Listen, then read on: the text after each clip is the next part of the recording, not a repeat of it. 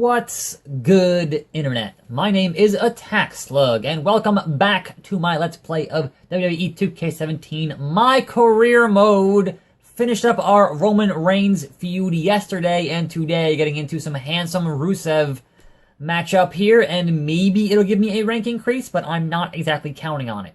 So I think between now and the next pay-per-view, I might deliberately not get into a feud to see if anyone's going to come out and attack me and try to provoke me in any way. That could be interesting, considering I've kind of done the same thing for 130-something episodes now, and it's kind of getting a bit dull, isn't it? Anyway, welcome to Saturday. It is the weekend. It is a happening.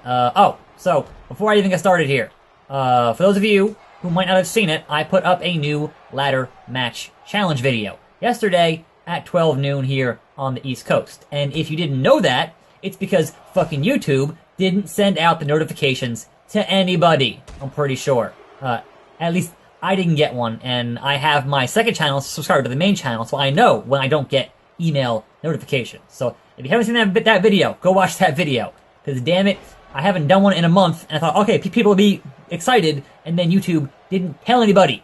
Thanks a lot, YouTube. Really fucking appreciate it. Anyway, there is some wrestling news happening, and I guess there's one wrestling news happening, and it's typically not the kind of news I cover here on this show, because it is so far above and beyond any other similar scandals of that nature, so I'm not going to get into it too much, because typically when I report on news and things I hear on the dirt sheets, it involves, you know, the business side of things, not necessarily the personal life of the superstars. So, that being said, at some point, people have to realize, don't store shit on the cloud. It's not smart. And if you do store shit on the cloud, here's an idea. Don't respond to any emails that tell you, oh, your account has been compromised. Please click here to log in, whatever else. Because 99.9% of the time, those emails are fake. And it's called phishing with a PH. That's kind of how it works. It's either phishing or social engineering. There is nothing wrong with the Apple iCloud or any other thing that has two-factor authentication, etc., etc. The problem is people. Because people are perhaps not the most technically literate people. Additionally, because I can almost guarantee how this kind of shit can happen. And that is the fact that, hey, if you're an independent wrestler who used to work for WWE and you take bookings, a lot of those guys do that shit on their own. And a lot of those guys take those bookings on their own using their regular email address. Not setting up a separate email address, using their standard-ass, everyday email address is real dumb. Because then it's really easy to target them with phishing attempts, saying, hey, your iCloud needs a new login, click here to log in, and have it redirect to a spam phishing page that looks legit, but is not legit. And as soon as they are foolish enough to put in their name and password, they gotcha. That's it. So, again, there are ways to prevent this kind of nonsense from happening, but it's happened again like it happened in 2013 to a number of celebrities. In any event, it is none of my damn business to contribute to the delinquency of others here on the internet. You probably already heard or know what I'm talking about, so I guess, you know, go do that shit on your own, because it's not really news here for this show. Attackslug Machka! Attackslug Machka. Poor Rusev is out for like 2 months. That's a real shame. A real shame. But Attackslug is going to Machka! 6:30 Slug Sploder Senton, whatever the hell it's called. 6-man tag team match. Me and Baron Corbin and Sheamus versus Breezango and Curtis Axel. Sure, why not? But on a final note about the only news story people are actually talking about today, if any of that actually affects the in-ring careers of those involved, then at that point it's news and I'll sit here and discuss it on this show. Anyway, I would imagine maybe the reason that I have Sheamus here on this 6-man tag is that Sheamus knows attackslug is friends with Ebenezer, and they formed the 2K16 tag team of Cheese and Mayo. So that was a thing that happened when I played through 2K16 and was, you know, an amusing time and whatnot. Anyway, back into, like, wrestling business news, which is kind of what I try to primarily discuss here on this show. Teddy Long, they've announced who is inducting him into the Hall of Fame. And it is, surprise, surprise, a tag team player. It's JBL and Ron Simmons, aka the Acolytes, and that is kind of appropriate. The only other appropriate inductee would be The Undertaker. Because when Teddy Long ran SmackDown, there were two kinds of matches you could get. You could either get a tag team match player, or you'd go one-on-one with The Undertaker. So those were kind of your two options there for your main events on SmackDown for quite a while. Now, when Taker transitioned to, you know, having matches once a year, then it was, okay, you go one-on-one with Randy Orton. Doesn't quite have the same ring to it, but, you know, in any event, it is only fitting that a tag team inducts him. Also, because obviously they're having this because Ron Simmons, aka Farouk, did manage, or was managed by Breezy. Was managed by Teddy in WCW, but also Teddy Long managed The Undertaker in WCW as in a tag team, which was like the Twin Towers or I forget, some two tall guys, and I can't remember the exact name of the tag team, but also he managed the single star Mean Mark Callis in WCW. So again, those are kind of your appropriate choices for who's gonna induct him, and I thought they picked some good ones. So also, the one last thing here, and it's the one thing I wish folks were talking about, and not the other thing that I discussed in the first match here, is Southpaw Regional Wrestling. Holy shit. Brought to you by KFC. But no, holy shit. As a send-up of the Territory Days was amazing. I thought just about everyone in there did a fantastic job. The references were so weirdly specific that I don't know that a younger fan base might necessarily appreciate what they were doing there in terms of, you know, making fun of the old AWA and WCCW and all those, you know, Mid-South, all that stuff. It is like Memphis. It's weirdly specific with like Lance, like essentially Cena was playing Lance Russell, and it just, he had nailed that kind of just inflection of those guys from that time period, and certainly when the territories were kind of, you know, ending and Vince was, you know, doing the whole national thing, they were kind of doing some weird shit.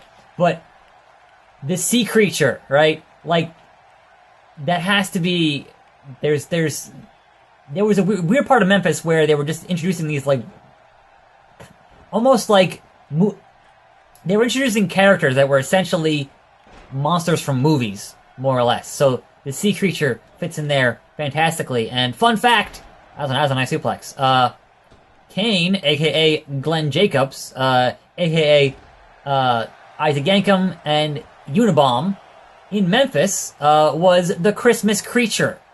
So yeah, that should all, it all lined up in a weird way that was amazing. And I don't know who's gonna appreciate that if you don't actually have that, you know. I mean, look, it can be funny on its own, and certainly the stuff with the club was amazing, right? But it's so much funnier if you have that frame of reference, and the referee is just fucking distracted. Count it, ref! Who? Nope, got a 1 count because the ref took fucking ever. Big Baron doing work. Big Sheamus doing the 10 beats of the Bowery over there. Pick him up! I'm hitting up on the... I hate you. I hate you, video game. Rock bottom, which is appropriate because Curtis Axel helped train The Rock to get back into ring shape a couple years back. Again with the 1 count. Again with the 1 count. Like, I like to personally, I'd like to see Breezango win this, but I don't think it's gonna happen. If I have any way to make it happen. Boom! Alright, guys. Do work. Do work! There you go. 2. Oh, Curtis Axel. Why would you do that to me? Why would you do that to me? I'm just gonna roll you up, because this is the move that beat John Cena. And Seth Rollins, I think? I don't know. I've used it before, and it's been successful. Also, like, this is a complete clusterfuck. I can't do anything. Fandango. Curtis Axel is not tagging out today. Sorry, Curtis, you are the most damaged. Keeping your ass in here, doing things. But he no-sold a Superman punch, which is unfortunate. Sheamus, get in there. Boom. Nope. Okay. Okay. Okay. Sling Blade. Going to the top. 5-star slug. Splash. Missed. Missed. And now he has the opportunity to fucking tag out. And of course he will. Of fucking course he will. Tags in Fandango, who's pretty fresh. And can get punched in the damn mouth. Because whatever. Yeah, so Fandango as what was it? Chet something? Chet Cheddarfield? Or something like that? Amazing. So yeah. Everybody who did that thing with Southpaw Regional did a phenomenal job, and I enjoyed it very, very much. So we'll see whether or not they do any more of that, because it was sponsored by KFC with a Ric Flair impersonator, which is also that was like, they worked their advertising in there where I didn't mind because it was hilarious, and that's the best way to do that kind of stuff, is make it hilarious. And then people are gonna be all about it, all about it. Shit. Anyhow, who keeps what? He just slapped it away. Don't think so, Fandango. Don't think so. Rolling you up, boy. In my corner. What you gonna do when the slug rolls up? Oh, he reversed it. And then Sheamus broke it up. Cool. Alright. Alright. Either what it is. End of the trail. Boom. 1. A 2. Nope. Fandango has a signature now. I think his finisher is the top rope leg drop, if I'm not mistaken. Shit. Well, I might actually find out here because I got hit with the side Russian leg sweep, which is his signature. And now he's doing the Brock Lesnar. What the hell? The hell's that shit? Sorry, Fandango. No. I'm about a clothesline. Pick your ass up and put your... What the fuck? What was that? Really? Really? What kind of nonsense is Fandango? He's gonna hit his finisher. He's gonna hit his finisher. Really? Fandango. Nope! Fandong, nope! What the hell was that? Botch and a half, Curtis Axel. Botch and a half. You're hitting your own partner, you dipshit. Oops. This is a complete cluster. A complete cluster. It is untenable. Here's to ya. Curtis Axel, get in your own damn corner where you belong and not in my ring. Slug Exploder. And now, Fandango. Now, we hit the Fandango leg drop. And then, the big men's come in and hopefully distract the other guys in the ring and win the match. Alright, alright, alright. And there was your 6-man tag team match. Me, Big Baron Corbin, the very pale Sheamus, doing the damn thing, and defeating Breezango and Curtis Axel. 5 stars. And also, I just noticed I didn't actually hit record on my legitimate... It's not actually recording. So, my apologies.